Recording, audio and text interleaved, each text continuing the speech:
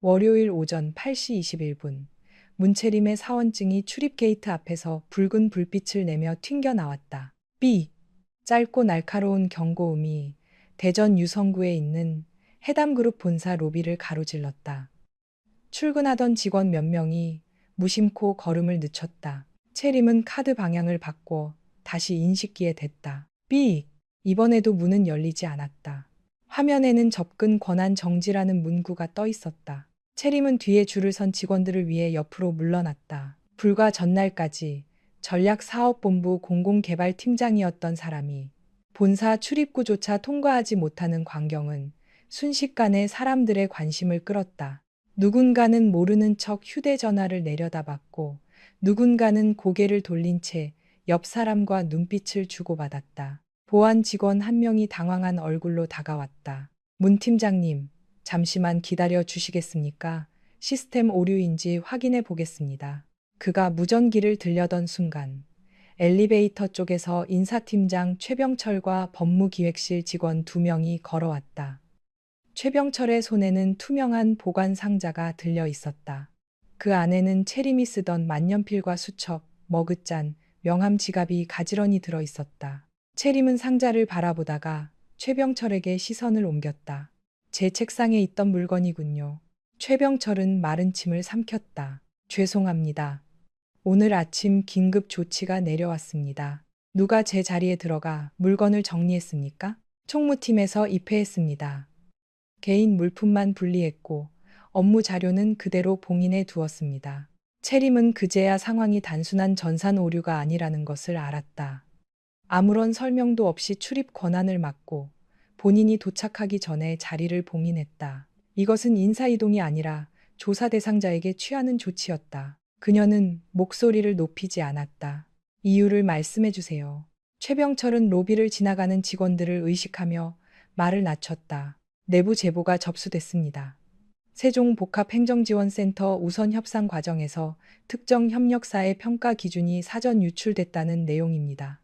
채림의 표정이 처음으로 굳었다. 세종 사업은 그녀가 지난 2년 동안 거의 모든 시간을 쏟아부은 프로젝트였다.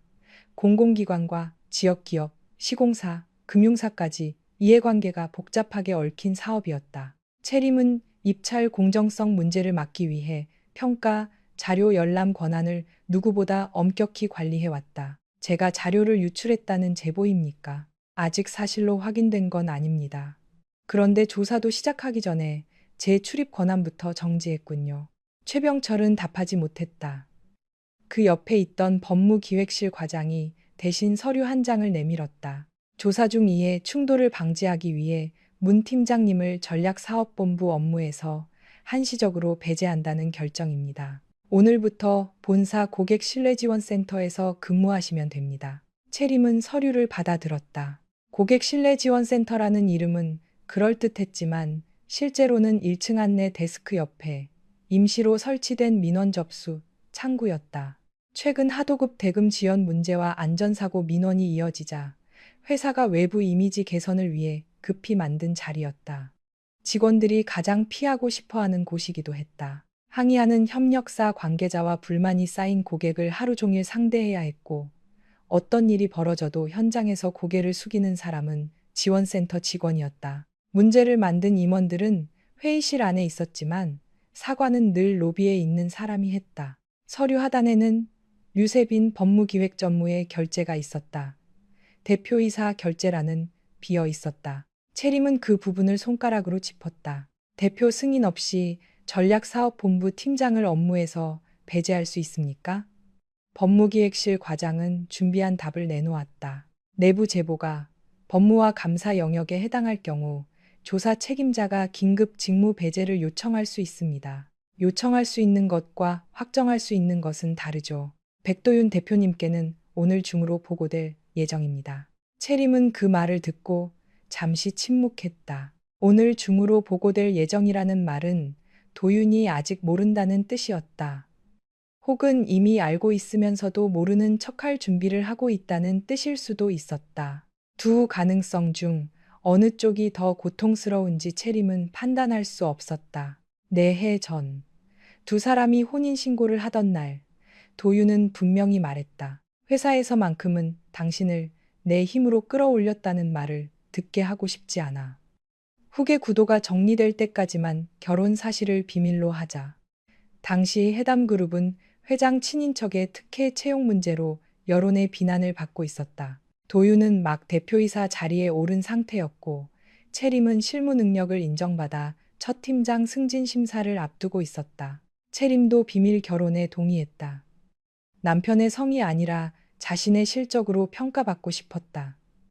어느 정도 시간이 지나면 자연스럽게 밝힐 수 있을 거라 생각했다. 하지만 후계 구도는 정리되지 않았고 회사 상황이 안정될 때마다 새로운 문제가 생겼다. 주주총회가 끝나면 대형 사업 수주가 기다렸고 사업이 마무리되면 회장 건강 문제가 터졌다. 도윤은 늘 지금은 때가 아니라고 말했다. 그렇게 잠시는 내해가 됐다. 회사에서 두 사람은 단 한 번도 함께 점심을 먹지 않았다. 엘리베이터에서 마주치면 채림은 다른 직원들과 똑같이 허리를 숙였다. 회식 자리에서 도윤이 지나가도 그녀는 남편을 향해 대표님이라고 불렀다.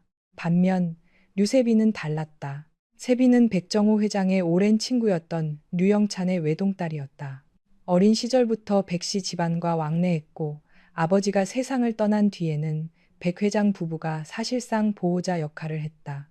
회사 안에서는 세빈이 언젠가 도윤과 결혼할 거라는 말이 오래 전부터 돌았다. 도윤이 채림과 이미 혼인신고를 했다는 사실을 모르는 사람들에게 세빈은 자연스러운 배우자 후보였다. 세빈은 그 오해를 바로잡지 않았다.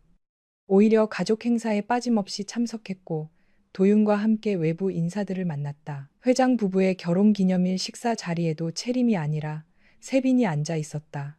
채림이 불편함을 말하면 도윤은 늘 비슷한 태도를 보였다. 세빈이 상황이 특별한 건 당신도 알잖아. 아버지가 딸처럼 생각하는 사람인데 내가 갑자기 선을 그으면 집안이 시끄러워져. 그의 말에서 중요한 것은 언제나 집안이 시끄러워지는 일이었다. 아내가 조용히 상처받는 일은 해결해야 할 문제가 아니라 견뎌야 할 사정으로 취급됐다. 채림은 손에 든 직무 배제 문서를 다시 읽었다. 이번에도 도윤은 아무것도 모른 채 뒤늦게 보고받는 사람이 될까? 아니면 모든 것을 알고도 회사의 절차라는 이유로 침묵할까? 그녀는 최병철에게 물었다. 제보 원문과 직무 배제 요청서 열람을 신청하겠습니다. 조사 중이라 바로 공개되기는 어렵습니다. 그렇다면 신청했다는 기록이라도 남겨주세요. 그리고 제 개인 물품을 본인 확인 없이 반출했다는 사실도 인사 기록에 첨부해 주십시오. 최병철은 당황한 듯 눈을 깜빡였다. 문 팀장님, 일을 크게 만들려는 뜻은 아닙니다. 조사만 끝나면 원래 자리로 돌아갈 수도 있습니다. 채림은 투명 상자를 받아들었다. 제가 일을 크게 만드는 게 아닙니다.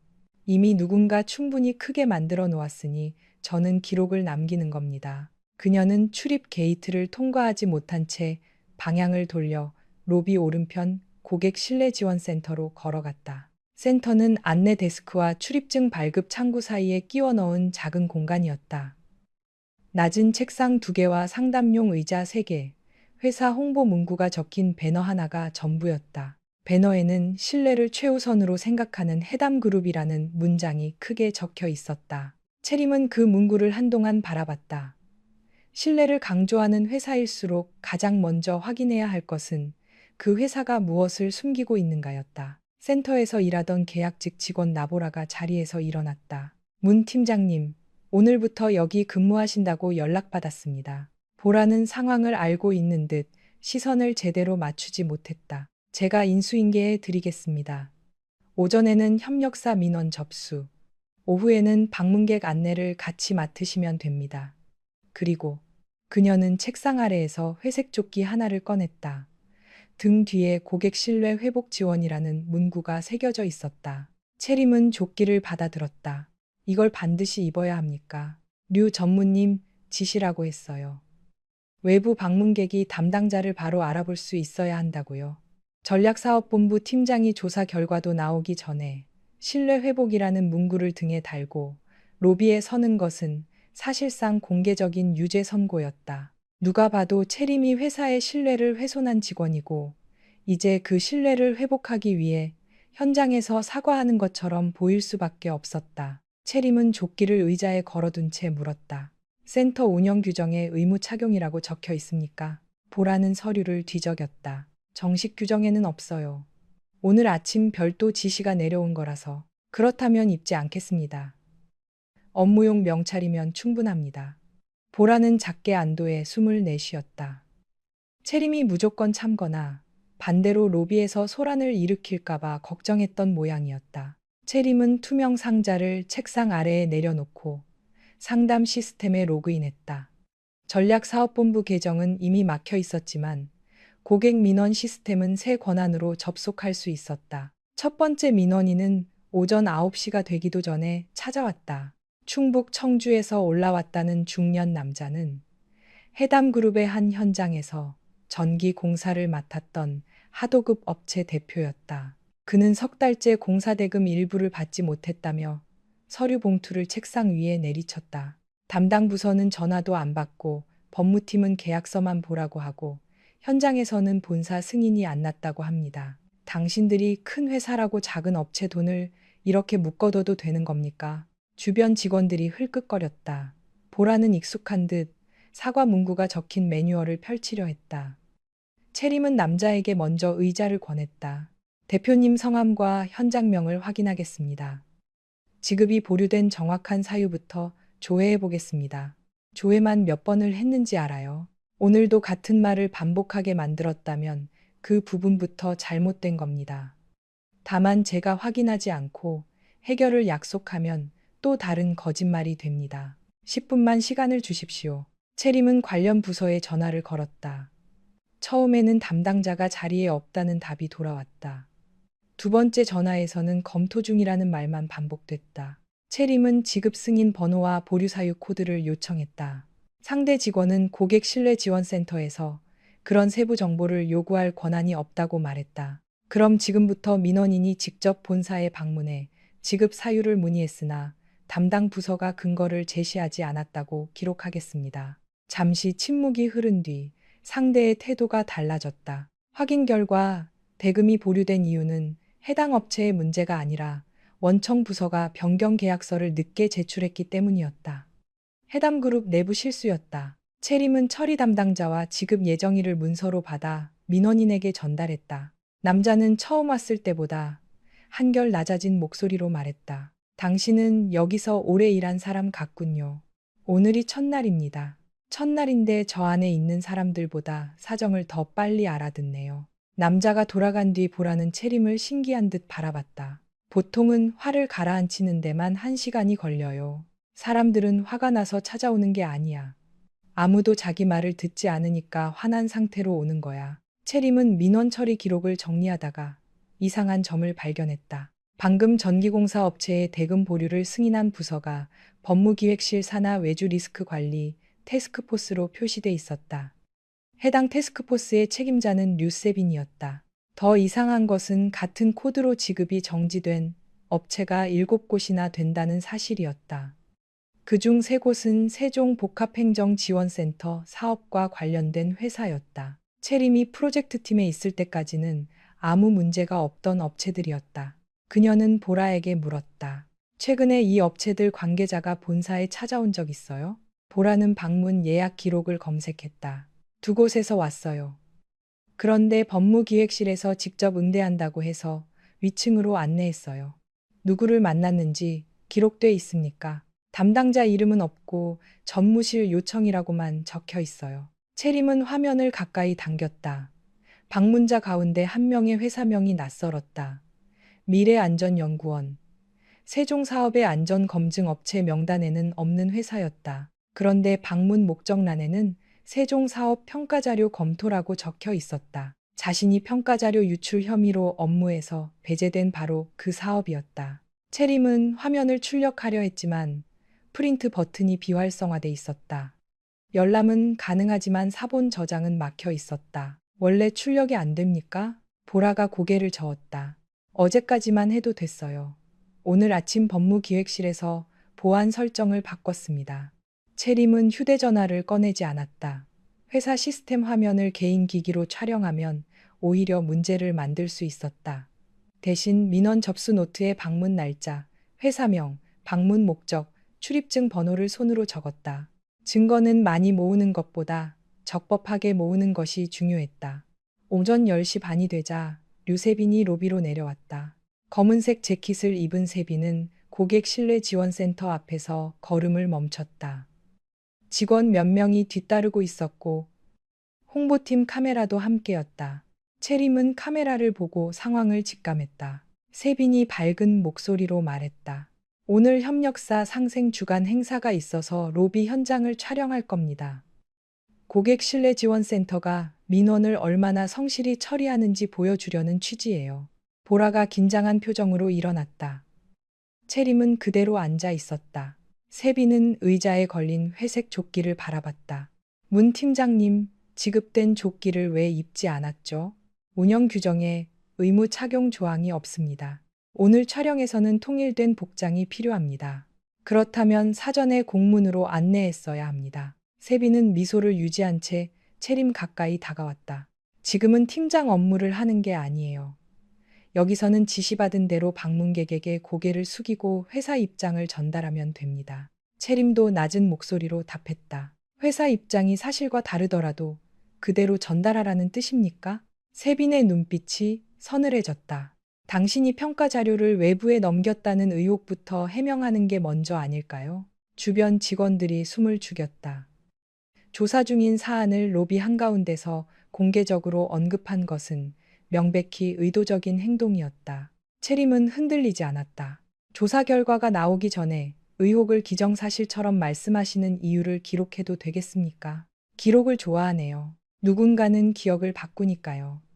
두 사람 사이에 공기가 날카롭게 얼어붙었다. 세빈은 홍보팀을 향해 손짓했다.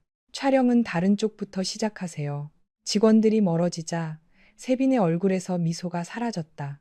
문채림 씨는 본인이 아주 강한 사람이라고 생각하나 봐요. 강하다고 생각한 적 없습니다. 그런데 왜 항상 무너지지 않는 척하죠?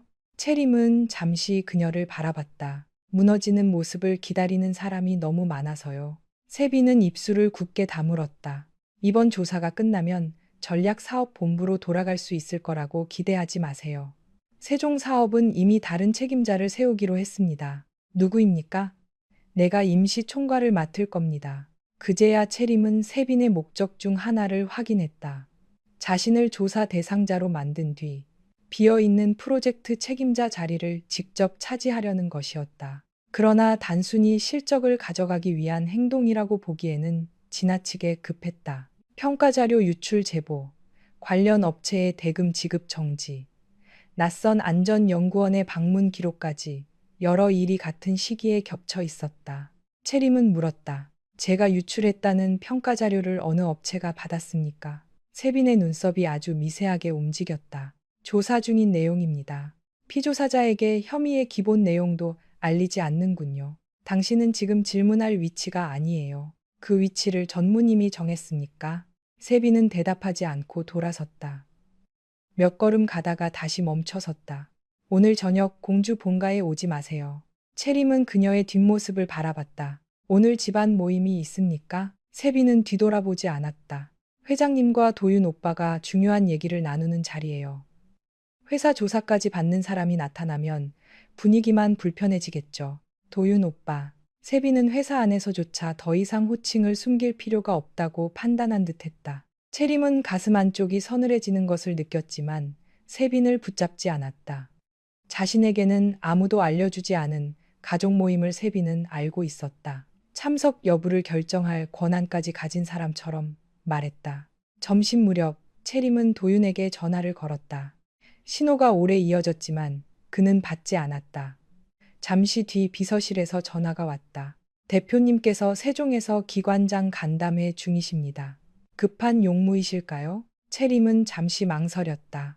남편에게 전화했지만 그의 아내가 아니라 직원으로서 용건을 설명해야 하는 상황이 갑자기 우스워졌다. 오늘 본사에서 제 직무와 관련된 긴급 조치가 있었습니다. 대표님께서 알고 계신지 확인하고 싶습니다. 비서는 당황한 듯 목소리를 낮췄다. 관련 보고는 아직 받지 못했습니다. 간담회가 끝나는 대로 전달하겠습니다. 제가 전화했다는 사실만 정확히 말씀해 주세요.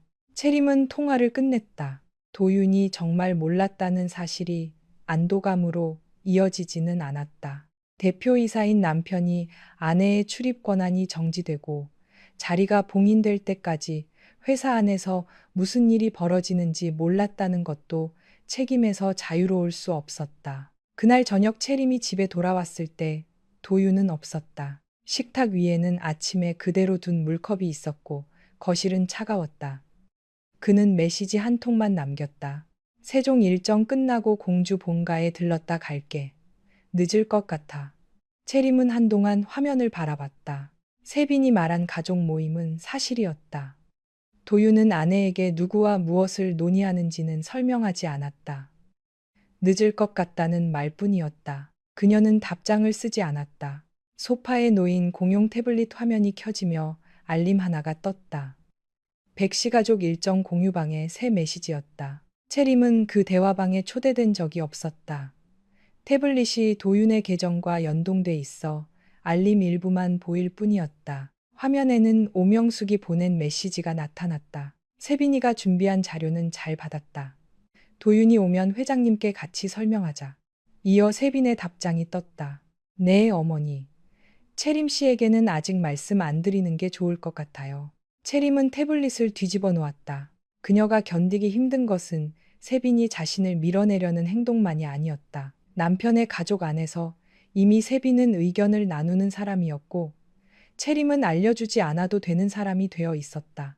회사의 비밀 아내가 어느 순간 가정에서도 공개할 수 없는 사람이 된 것이다. 채림은 침실 서랍에서 혼인관계 증명서를 꺼냈다. 내해 전 신고 이후 한 번도 다시 펼쳐보지 않았던 문서였다. 종이 위에는 두 사람의 이름이 분명히 나란히 적혀 있었다. 백도윤, 문채림, 법적으로는 부부였다. 그러나 회사에서는 남이었고 가족 대화방에서는 존재하지 않았으며 누군가 그녀의 자리를 빼앗으려 할 때 남편은 그 사실조차 모르고 있었다. 채림은 서류를 다시 접지 않았다. 식탁 위에 펼쳐둔 채 고객 신뢰지원센터에서 적어온 메모를 정리했다.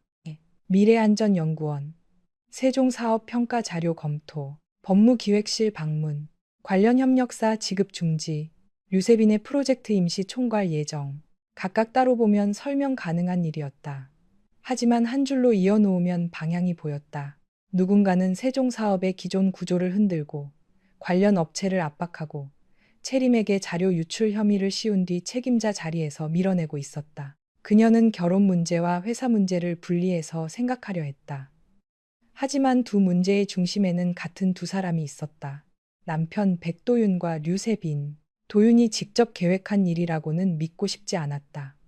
그러나 그의 침묵과 무관심이 세빈에게 어디까지 허락으로 받아들여졌는지는 따져봐야 했다. 다음 날 오전, 본사에는 갑작스러운 공지가 내려왔다. 오전 10시 백도윤 대표가 고객 신뢰지원센터와 협력사 상생 주간 운영 현장을 직접 점검한다는 내용이었다. 도윤의 비서가 전날 채림의 전화를 전달한 것이 분명했다. 로비 분위기는 아침부터 달라졌다. 홍보팀은 배너 위치를 바꿨고 총무팀은 바닥을 다시 닦았다. 평소 고객 신뢰지원센터에 관심도 없던 임원들이 내려와 상담 기록을 확인하는 척했다.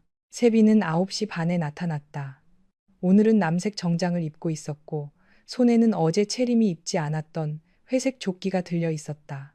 그녀는 조끼를 책상 위에 내려놓았다. 대표님이 오시기 전에 입으세요. 채림은 조끼를 보지 않았다. 착용하지 않겠다고 말씀드렸습니다. 오늘은 외부 촬영도 있습니다.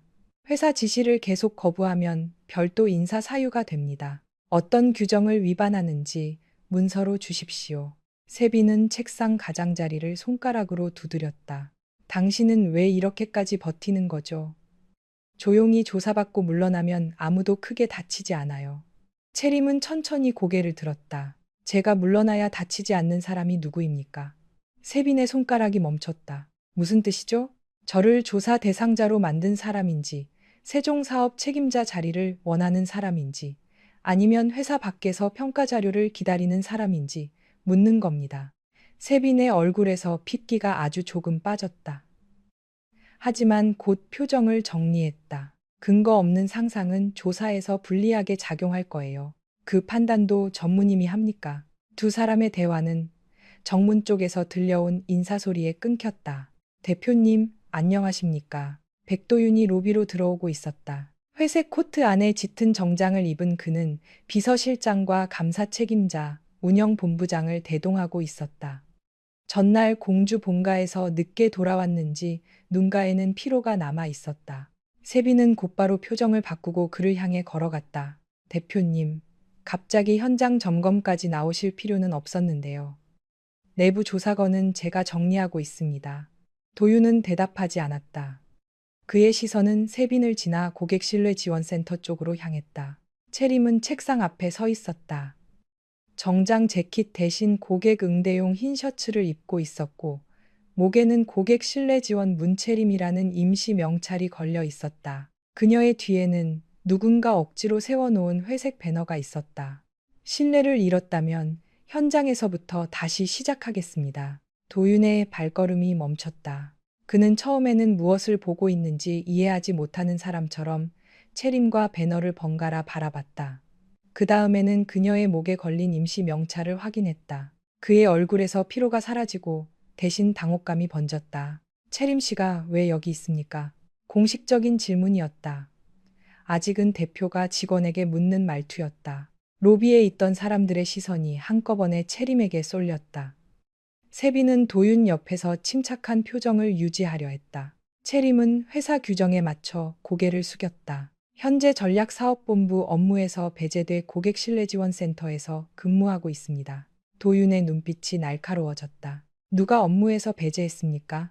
세빈이 먼저 끼어들었다. 세종사업과 관련해 내부 제보가 들어왔어요. 조사 공정성을 위해 제가 긴급 조치를 내렸습니다. 대표님께 오늘 정식으로 보고드리려고 했습니다. 도윤은 세빈을 바라보지 않았다. 그의 시선은 여전히 채림에게 고정돼 있었다.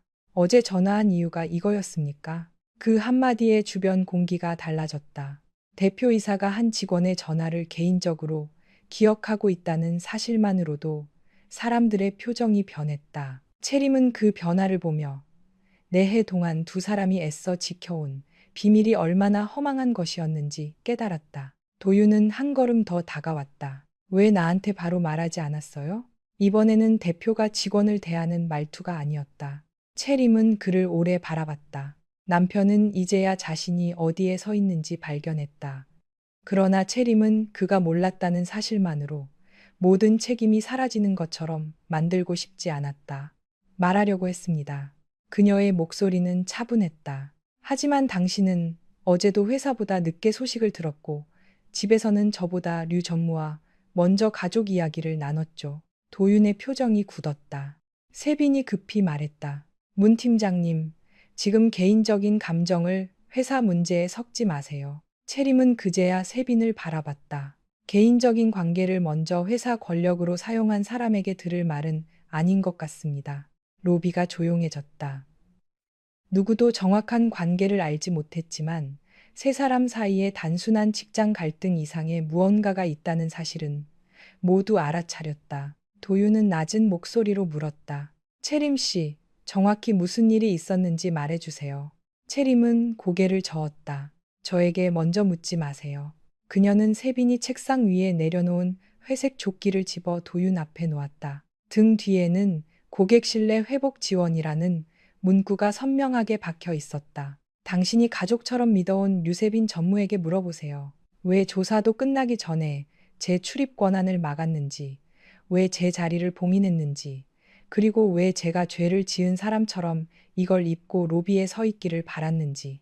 도윤은 조끼를 내려다봤다. 채림은 잠시 숨을 고른 뒤 마지막 말을 덧붙였다. 그리고 하나 더 물어보세요. 그녀의 눈빛이 처음으로 흔들렸다. 그러나 목소리는 끝까지 무너지지 않았다. 당신이 내해 동안 세상에 없는 사람처럼 숨겨온 아내를 왜 그 여자는 자기 마음대로 회사에서 지울 수 있다고 믿었는지. 백도윤은 한동안 회색 조끼에서 눈을 떼지 못했다. 고객 신뢰 회복 지원. 문구는 짧았지만 그 의미는 분명했다. 조사 결과가 나오기도 전에 누군가 문채림을 신뢰를 무너뜨린 사람으로 규정했고 모든 직원과 방문객이 지나다니는 로비에 세워 공개적으로 책임을 묻게 하려 한 것이었다. 도윤은 조끼를 천천히 들어 올렸다. 손끝이 굳어 있었다. 누가 이걸 제작했습니까? 류세빈이 침착하게 대답했다. 고객실 내지 원센터에서 원래 사용하는 복장입니다. 문 팀장 한 사람을 위해 따로 만든 게 아니에요. 나보라가 옆에서 입술을 깨물었다. 채림은 그녀가 무언가 말하고 싶어 한다는 것을 알아차렸지만 고개를 저었다. 어린 계약직 직원이 임원들 앞에서 대신 싸우게 만들 생각은 없었다. 도윤은 운영본부장을 바라봤다. 원래 사용하는 복장입니까? 운영본부장 고상철은 갑작스러운 질문에 표정이 굳었다. 제가 확인해 보겠습니다. 확인하지 말고 지금 답하세요. 센터 정식 운영 매뉴얼에는 별도 조끼 착용 규정이 없습니다. 도윤의 시선이 세빈에게 돌아갔다. 그럼 누가 만들었습니까? 세빈은 잠시 침묵했다가 말했다. 홍보팀과 상의해 제가 제안했습니다. 협력사 상생 주간 행사에서 담당자를 쉽게 알아볼 수 있도록 한 조치였어요. 왜 문 팀장에게만 지급됐습니까? 이번에는 세빈도 곧바로 대답하지 못했다. 로비에 모여 있던 직원들은 고개를 숙이고 있었지만 모두 귀를 기울이고 있었다. 채림은 더 이상 이 장면이 길어지는 것을 원하지 않았다. 도윤이 공개적으로 분노할수록 사람들은 사건의 본질보다 두 사람의 관계에 관심을 가질 것이었다. 대표님, 채림이 먼저 입을 열었다. 여기서 계속 이야기하면 조사 중인 사안이 불필요하게 공개됩니다. 회의실에서 공식적으로 설명을 듣고 싶습니다. 그녀는 일부러 그를 대표님이라고 불렀다. 도윤의 얼굴에 아주 짧은 통증이 지나갔다. 그는 곧 표정을 정리하고 운영본부장에게 지시했다. 감사실장, 인사팀장, 법무기획실 관련자 전부 10층 소회의실로 오라고 하세요. 세종사업 자료 유출 제보 원문과 문 팀장 직무 배제 근거, 출입 권한 정지 기록도 모두 준비하십시오. 세빈이 말을 끊었다. 대표님, 내부 제보에는 제보자 보호 의무가 있습니다. 원문을 그대로 공개할 수는 없어요. 제보자 신원을 공개하라는 말이 아닙니다. 어떤 자료가 누구에게, 언제, 어떤 방식으로 유출됐다는 것인지 피조사자에게 혐의 내용을 설명하라는 겁니다. 감사 절차는 법무기획실에서 관리하고 있습니다. 도윤의 목소리가 낮아졌다. 지금부터는 대표이사 직속 감사실에서 관리합니다. 세빈의 얼굴이 굳었다. 채림은 두 사람 사이를 바라보며 이상한 피로를 느꼈다. 어제까지 도윤은 아무것도 몰랐다. 오늘 그는 분노하고 있었다. 하지만 그가 화를 낸다는 이유만으로 지난 4해의 무관심까지 사라지는 것은 아니었다. 도윤이 채림 쪽으로 몸을 돌렸다. 같이 올라갑시다. 채림은 자리에서 움직이지 않았다. 현재 제 근무지는 고객 신뢰 지원센터입니다. 상담 대기자가 2명 있습니다. 도윤은 믿을 수 없다는 듯 그녀를 바라봤다. 지금 그게 중요합니까? 회사에서 저를 이 자리에 보냈습니다. 대표님이 오셨다는 이유로 근무지를 비우면 제가 다시 지시 불이행을 했다고 기록될 수 있습니다. 도윤의 입술이 굳게 닫혔다. 운영본부장이 황급히 보라에게 말했다. 나보라 씨가 상담을 이어받으세요. 문 팀장은 회의 참석으로 업무 이관 처리하겠습니다. 기록도 제가 직접 남기겠습니다. 그제야 채림은 책상 위에 상담 기록을 정리했다. 그녀는 수첩을 챙기면서 방문 기록 시스템 화면을 다시 한번 확인했다. 미래안전연구원의 방문 내역은 여전히 남아 있었지만 담당 부서가 법무기획실에서 시설관리팀으로 수정돼 있었다. 수정 시각은 오전 9시 42분이었다.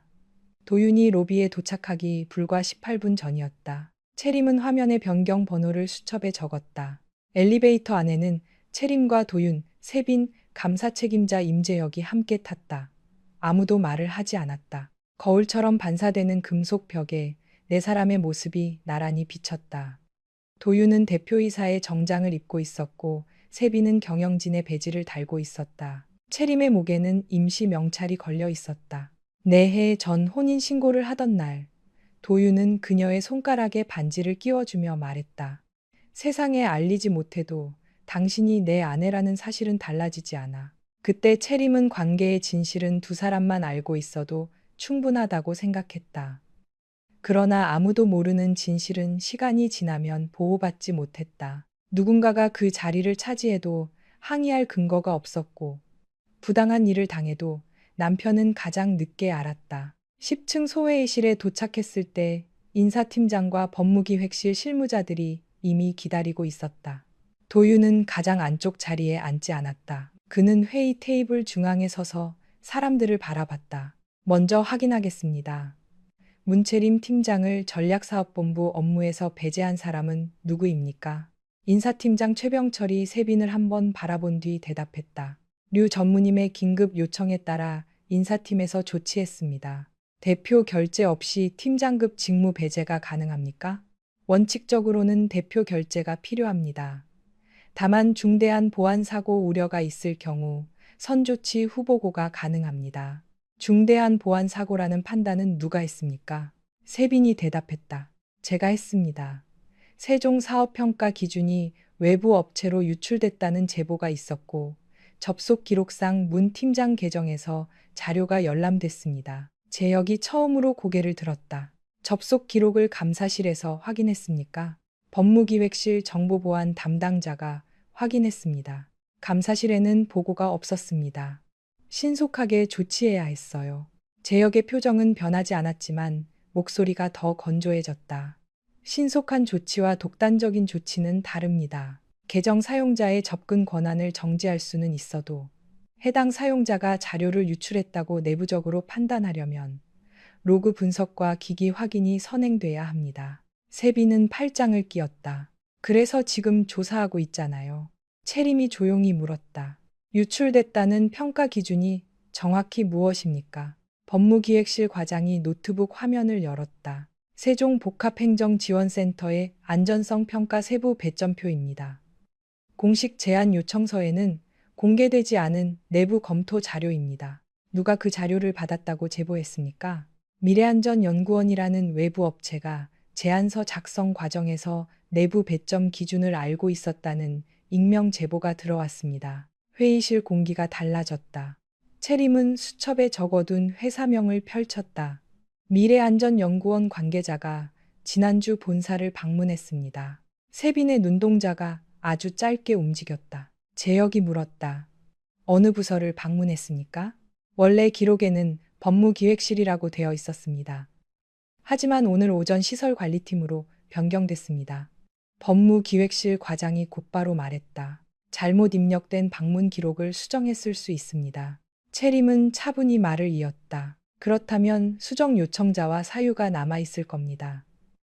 방문자는 지난주 목요일 오후 3시 12분에 출입했고 방문 목적은 세종사업 평가자료 검토였습니다. 저는 당시 전략사업본부에 있었지만 그 업체와 회의한 적이 없습니다. 도윤이 재혁을 바라봤다. 출입기록 원본을 보존하세요. 수정 이력도 확인하십시오. 재혁은 옆에 앉은 감사실 직원에게 지시를 내렸다. 세빈은 채림을 쳐다봤다. 고객 신뢰지원센터에 하루 앉아 있으면서 회사 기밀을 조사한 겁니까? 제가 조사한 게 아닙니다. 화면에 보이는 기록을 확인했을 뿐입니다. 당신은 직무에서 배제된 상태예요. 세종사업 관련 정보를 의도적으로 찾아봤다면 조사 방해가 될 수 있어요. 채림은 수첩을 덮었다. 제 계정은 막혀 있었습니다. 민원 시스템에 연결된 공개 방문 기록을 봤습니다. 오히려 전무님께 묻고 싶습니다. 직무에서 배제된 제가 볼 수 있을 정도로 공개된 기록을 왜 오늘 아침 급하게 수정했습니까? 세빈의 목소리가 날카로워졌다. 내가 수정했다고 단정하지 마세요. 단정하지 않았습니다. 그래서 이 자리에서 확인하자는 겁니다. 도윤은 두 사람의 대화를 듣다가 법무기획실 과장에게 말했다. 익명 제보 접수 시각과 문 팀장 계정의 자료 열람 시각을 보여주세요. 과장은 잠시 머뭇거리더니 화면을 회의실 모니터에 연결했다. 평가표는 지난주 수요일 오후 8시 17분 채림의 계정으로 열람돼 있었다. 파일은 7분 동안 열려 있었고 외부 저장 장치 연결 기록이 한 번 남아 있었다. 익명 제보는 다음날 오전 7시 54분에 법무기획실 공용 메일로 들어왔다. 채림은 화면을 보며 지난주 수요일을 떠올렸다. 그날 그녀는 오후 5시에 회사를 나와 청주의 한 병원에 있었다. 어머니가 계단에서 넘어져 손목을 다쳤다는 연락을 받고 급히 달려갔다. 밤 10시가 넘어 대전으로 돌아왔고 회사 노트북은 사무실 서랍에 둔 채였다. 저 시간에는 병원에 있었습니다. 세빈이 곧바로 반응했다. 계정 사용자가 직접 회사에 있어야만 접속할 수 있는 건 아니죠. 비밀번호를 다른 사람에게 알려줬을 수도 있고 원격 접속을 했을 수도 있습니다. 채림은 그녀를 바라봤다.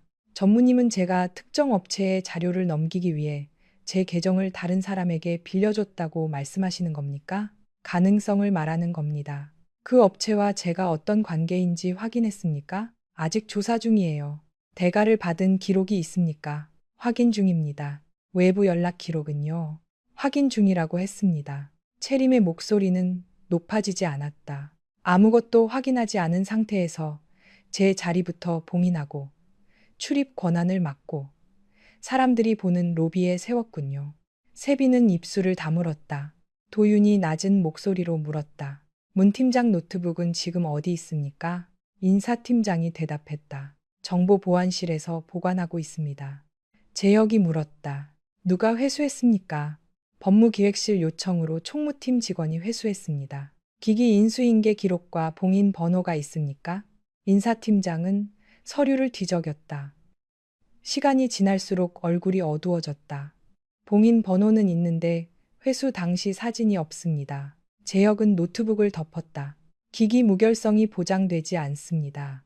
누군가 회수 후 데이터를 추가하거나 삭제했는지 확인하기 어렵다는 뜻입니다. 도윤의 시선이 세빈에게 향했다. 왜 감사실이 아니라 법무기획실에서 기기를 가져갔습니까? 자료 유출이 법무 리스크와 연결돼 있으니까요. 당신 부서가 제보를 접수하고 당신이 피조사자를 직무에서 배제하고 당신 부서가 기기를 회수하고 당신이 그 사람이 맡던 프로젝트 총괄을 대신하기로 했습니다. 도윤은 말을 천천히 끊었다. 이해 충돌이 지나치다고 생각하지 않습니까? 세빈은 얼굴이 하얗게 굳었다. 대표님도 제가 세종 사업을 얼마나 오래 준비했는지 아시잖아요. 문 팀장 혼자만 그 사업을 이해하는 게 아닙니다. 지금은 당신 능력을 묻는 자리가 아닙니다. 그럼 뭘 묻는 자리죠? 문채림 씨가 당신에게 특별한 사람이라서 모든 절차를 의심하는 자리입니까? 회의실 안 사람들의 시선이 동시에 도윤에게 향했다. 세빈의 질문은 날카로웠다. 도윤이 채림을 두둔하면 둘의 관계가 드러날 수 있었고 물러서면 채림은 다시 혼자 남게 됐다. 도윤은 잠시 아무 말도 하지 않았다. 채림은 그 침묵이 익숙했다. 중요한 순간마다 그는 가장 안전한 표현을 찾기 위해 시간을 벌었다. 과거에는 그 신중함을 책임감이라고 생각했다. 이제는 때때로 비겁함과 신중함이 같은 얼굴을 하고 있다는 것을 알았다.